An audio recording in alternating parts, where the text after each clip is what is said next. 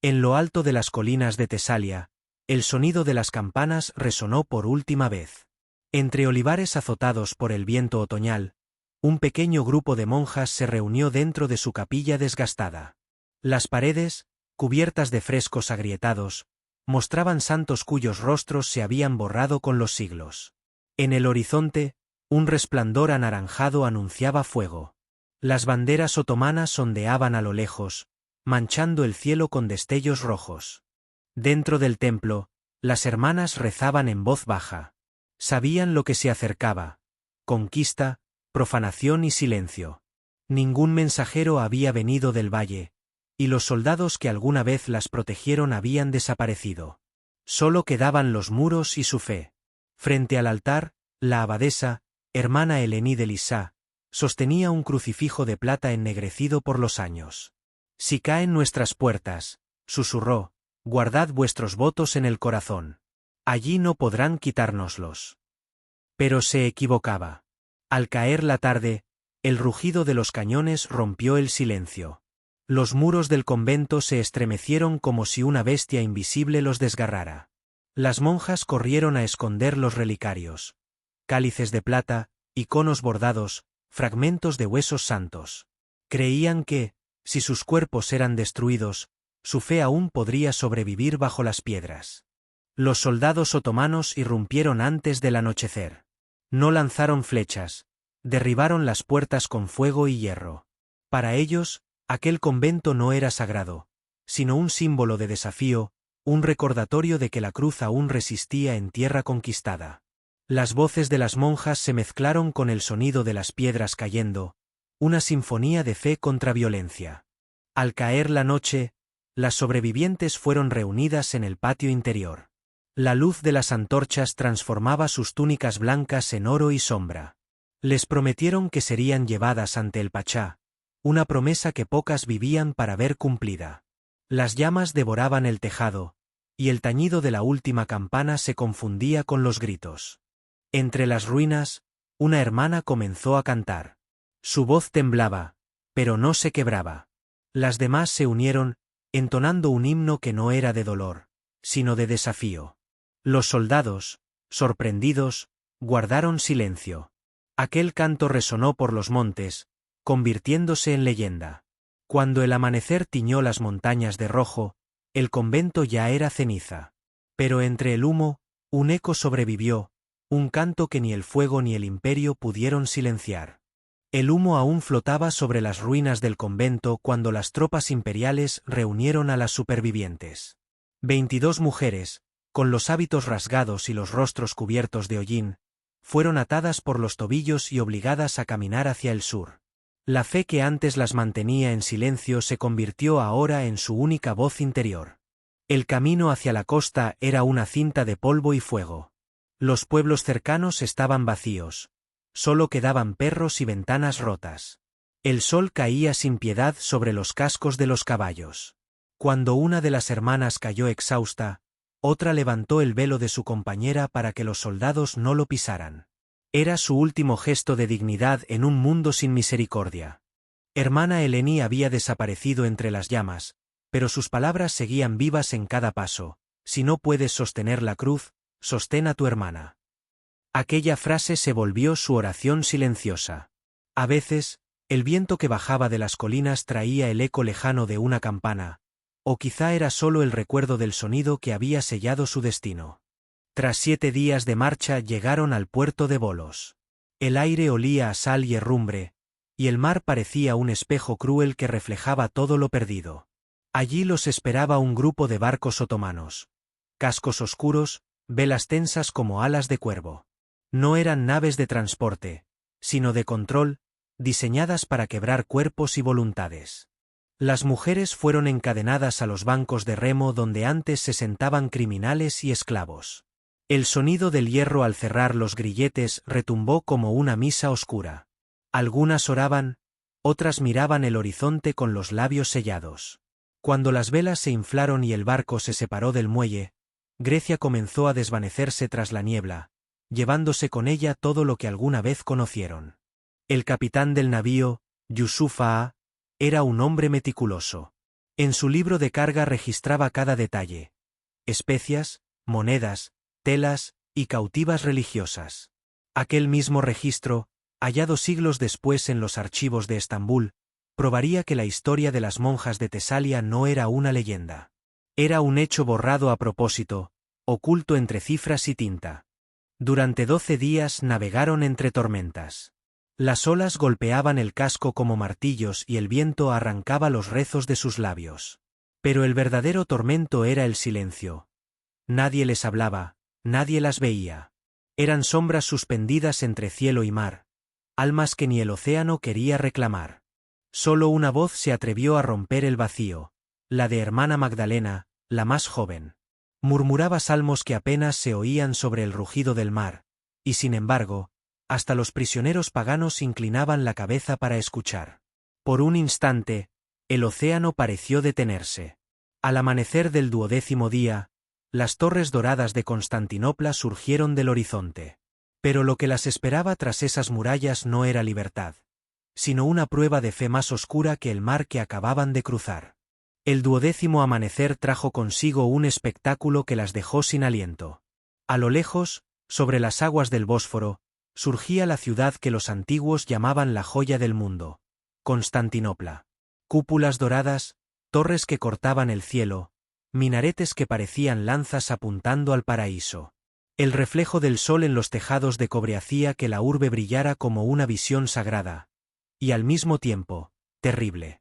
A medida que el barco se acercaba al puerto, el aire se llenó de sonidos. Pregones, campanas, el canto del muecín desde una torre cercana. Las cautivas, agotadas, miraban sin comprender aquella mezcla de esplendor y servidumbre. Una de ellas murmuró: «Es hermosa, como una prisión hecha de oro». Nadie respondió. Los guardias bajaron las pasarelas y las hicieron desfilar por las calles empedradas, entre curiosos y mercaderes que las observaban como si fueran reliquias extranjeras. Fueron conducidas por los antiguos muros de Blanquerna, más allá de los barrios de marineros y artesanos, hasta la zona imperial. A cada paso, la ciudad parecía absorberlas, como si la piedra misma quisiera borrar su presencia. Finalmente, se detuvieron ante un gran portón cubierto de hierro y mármol. La entrada al Topkapı Saray, el palacio del sultán. Detrás de esas puertas se decidían destinos y desapariciones. Las mujeres fueron obligadas a arrodillarse en un patio rodeado de columnas.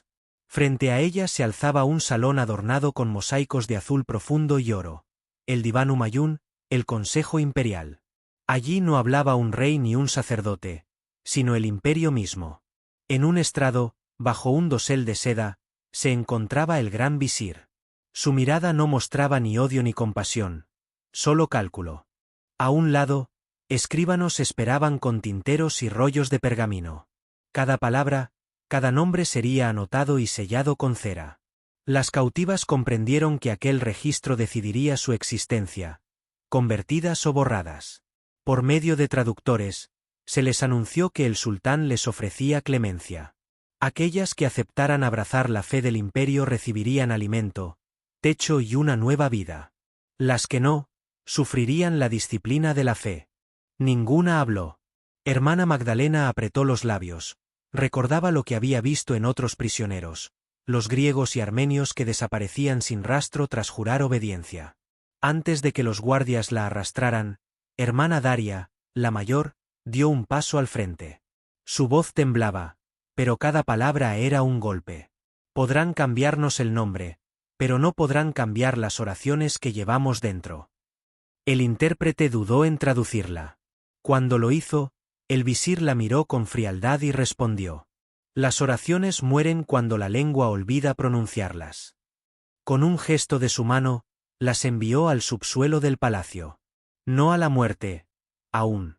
Aquel descenso no sería solo físico, sino espiritual. Bajo los jardines del sultán, donde nunca llegaba el sol, comenzaría su verdadera prueba: mantener viva una fe condenada al silencio.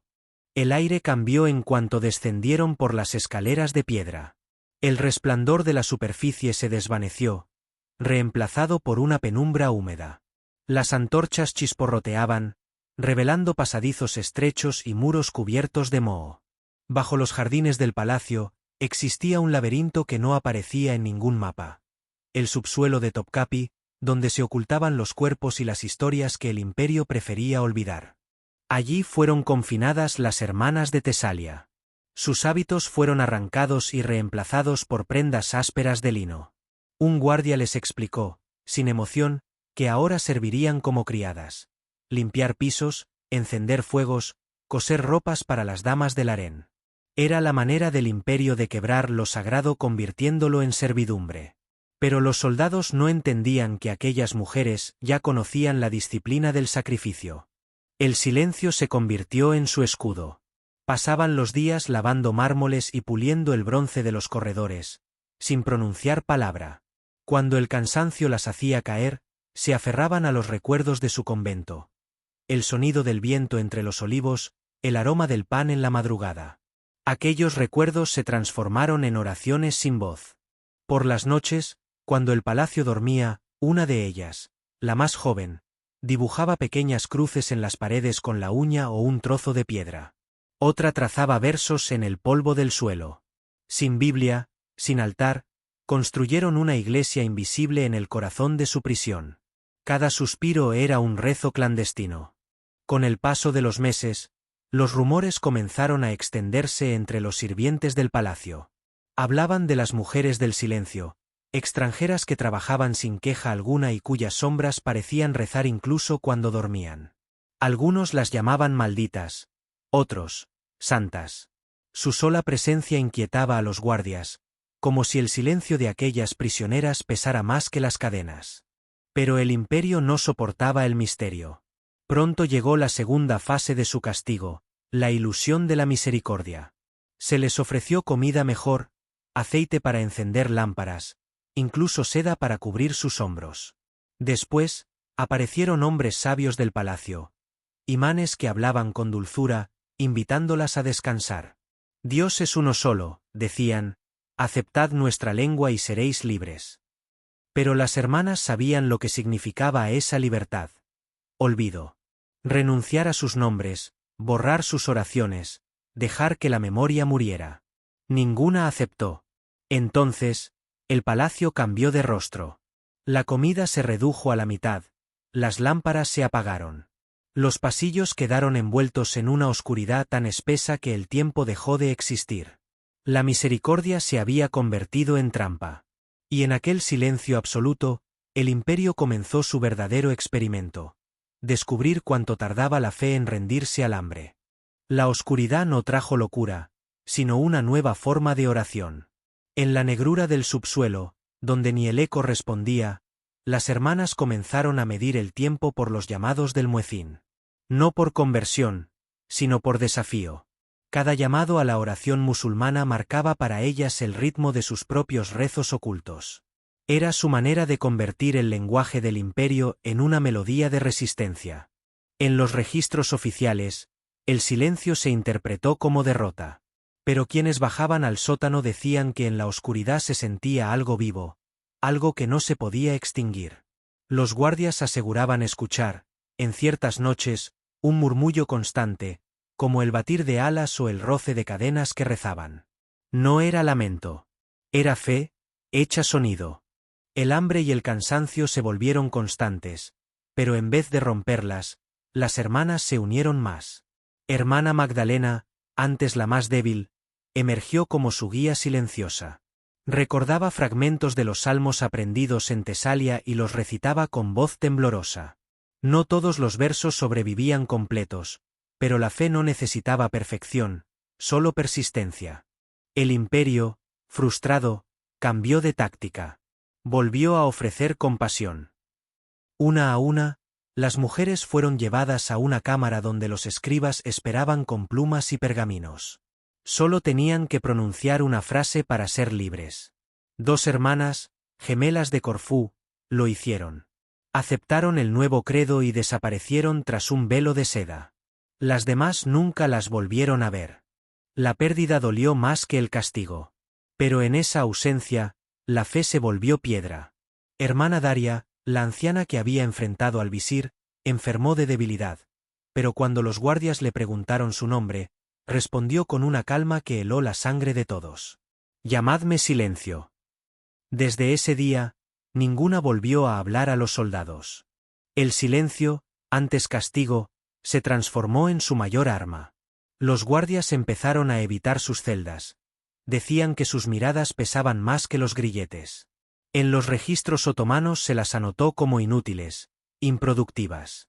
Pero entre los esclavos y sirvientes del palacio, su historia empezó a crecer. Decían que debajo del sultán dormían mujeres que rezaban sin voz y que, al hacerlo, desafiaban al propio cielo. Y mientras el mundo en la superficie seguía su curso, banquetes, guerras, bodas, en la oscuridad del subsuelo germinaba algo imposible de conquistar. Una fe sin palabra, un credo hecho de pura resistencia.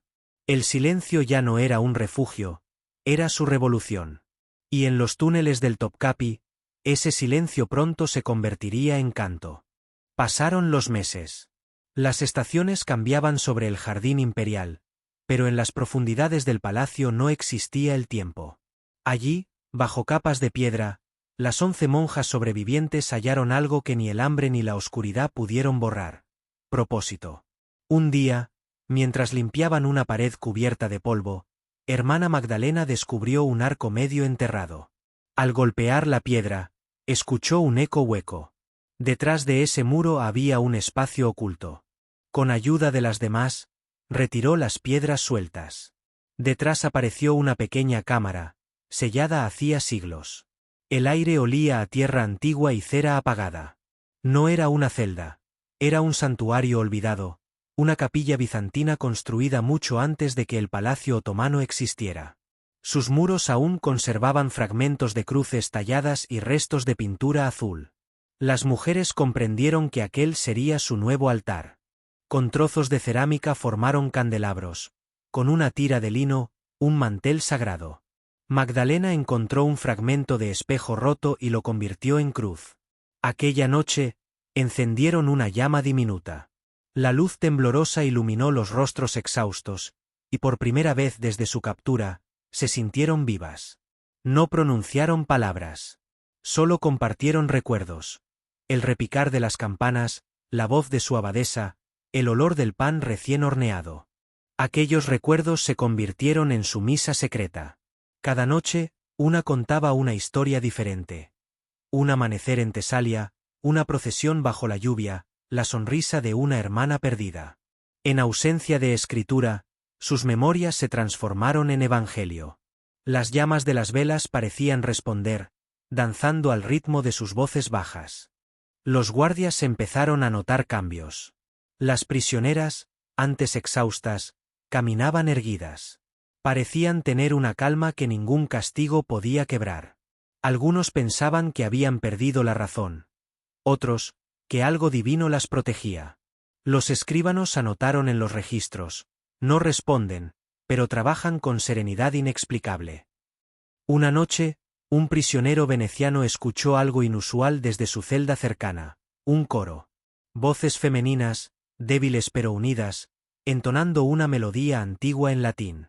Afirmó que el aire olía a incienso aunque allí nunca se encendían brasas. Su testimonio, escrito años después, fue considerado superstición, hasta que siglos más tarde, los arqueólogos confirmaron su verdad. Cuando los arqueólogos excavaron bajo el Topkapi, hallaron un pequeño recinto con cruces talladas en la piedra y una inscripción casi borrada, Lux in tenebris lucet. La luz brilla en las tinieblas. Fue la prueba de que su fe no había sido extinguida, sino inmortalizada en silencio. Aquella capilla oculta no fue solo refugio, fue su trinchera espiritual. Pero el imperio aún no había terminado con ellas. Con el paso de los años, el eco de aquellas voces se convirtió en susurro dentro del palacio. Los nuevos funcionarios del imperio ignoraban el pasado. Creían que las mujeres del subsuelo ya no existían.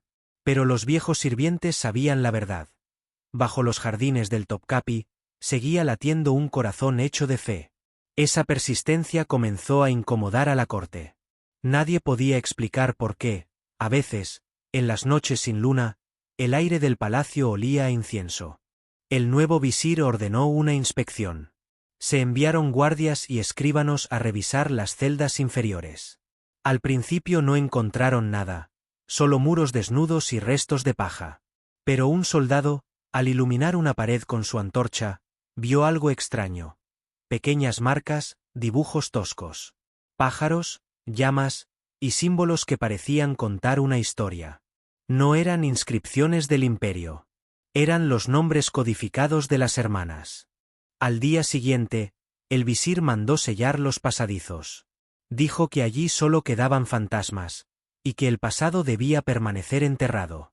Ordenó borrar las marcas, pero los hombres encargados de hacerlo se negaron después de la primera noche. Juraban que, mientras raspaban la piedra, escuchaban voces femeninas cantando. Nadie volvió a intentarlo. En los registros del año 1482 apareció una anotación extraña: 21 prisioneras no aptas para servicio. Dispuestas. No había fechas, ni causas, ni entierros.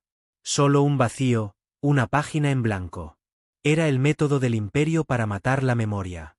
No con fuego, sino con silencio administrativo.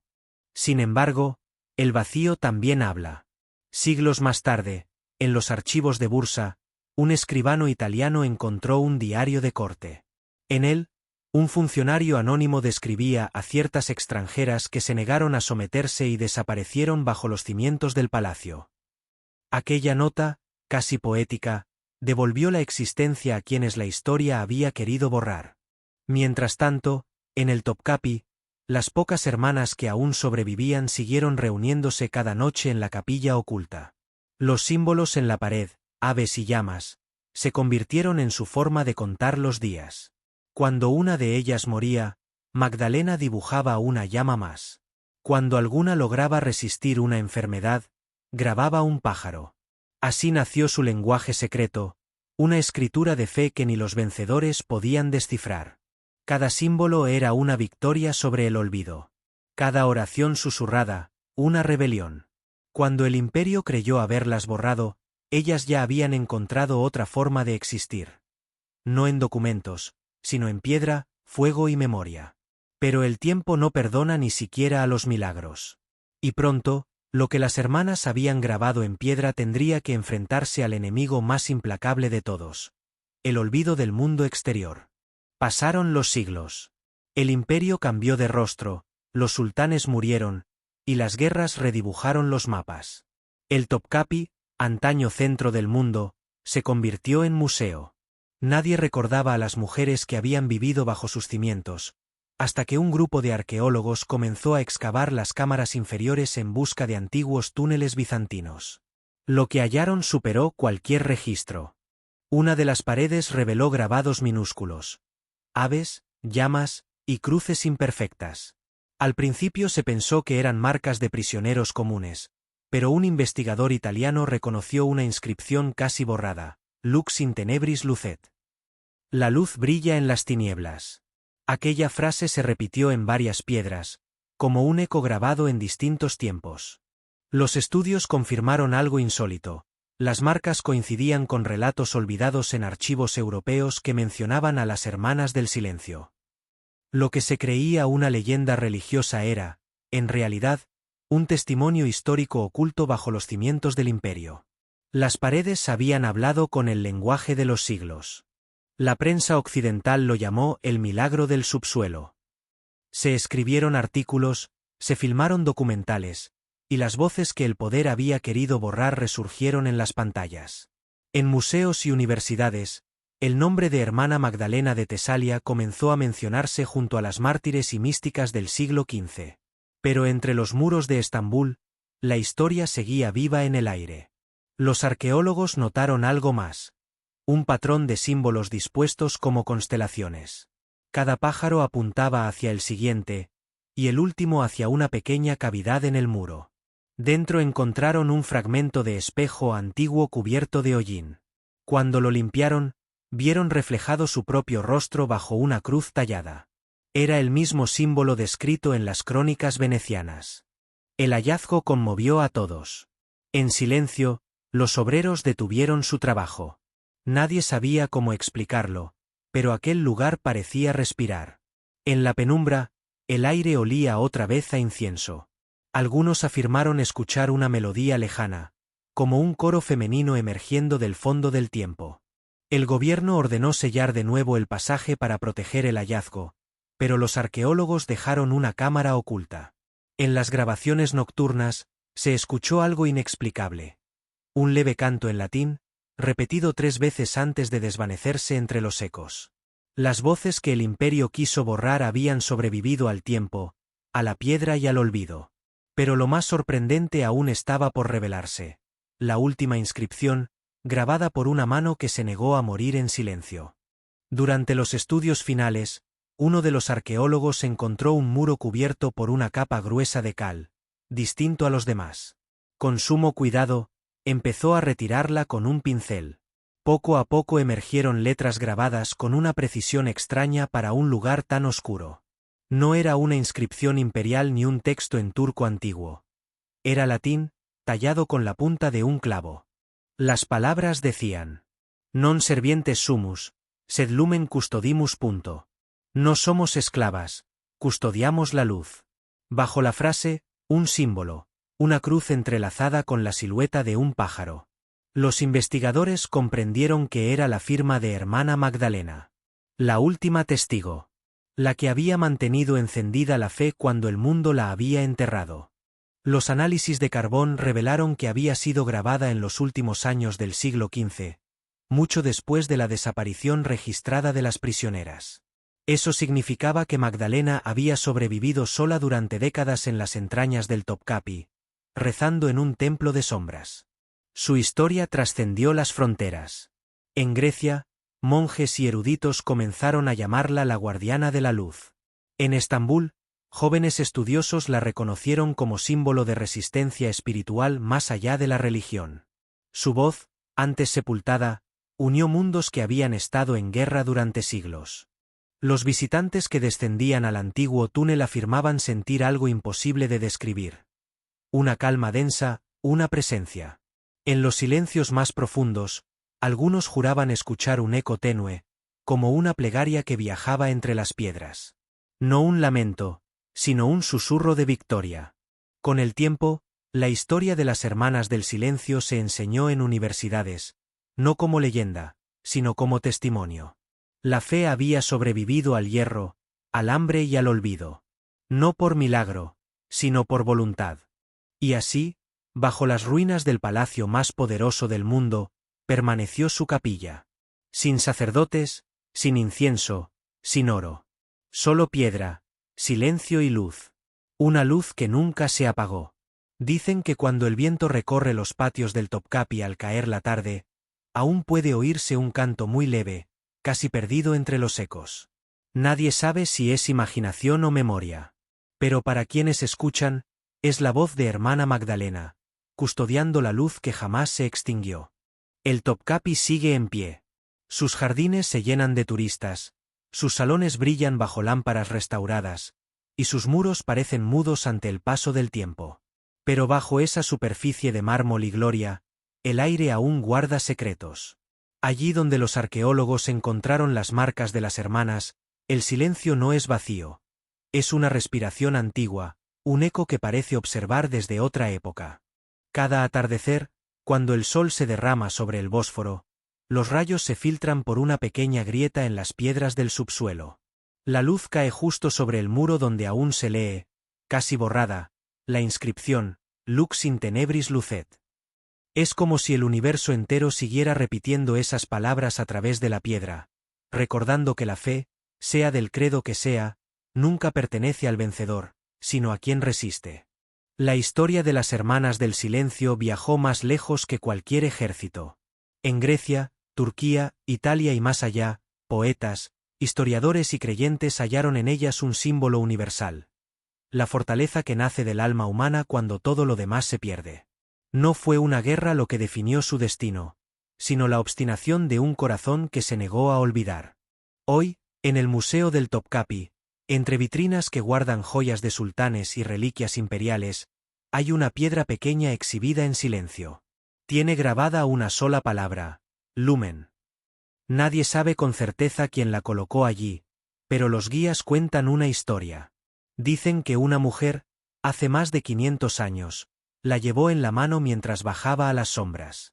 Y aunque la historia se haya convertido en memoria, su mensaje permanece intacto. Incluso en la oscuridad más profunda, una chispa basta para mantener viva la verdad. Esa chispa fue Hermana Magdalena, y gracias a ella, la luz aún brilla en las tinieblas. La historia no siempre se escribe con tinta ni se conserva en libros. A veces, se esconde en un muro, en una canción o en una voz que se niega a desaparecer. Si hoy escuchas el eco de las hermanas, no es fantasía. Es memoria. Y la memoria, es la forma más pura de fe.